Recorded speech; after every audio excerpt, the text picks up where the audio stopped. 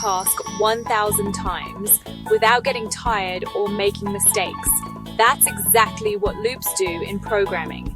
Hi, I'm Abigail, and today we're diving into one of programming's most powerful concepts, the loop. So what exactly is a loop? Think of it like your morning routine. You wake up, brush your teeth, have coffee, and head to work.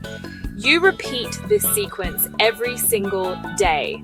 That's essentially what a loop does in code. It repeats a set of instructions until a specific condition is met. Let's say you want to print hello 10 times. Without a loop, you'd have to write the same line of code 10 separate times. But with a loop, you write it once and tell the computer to repeat it 10 times. Much more efficient, right? Loops come in different flavors. There's the for loop. Perfect when you know exactly how many times you want something to repeat.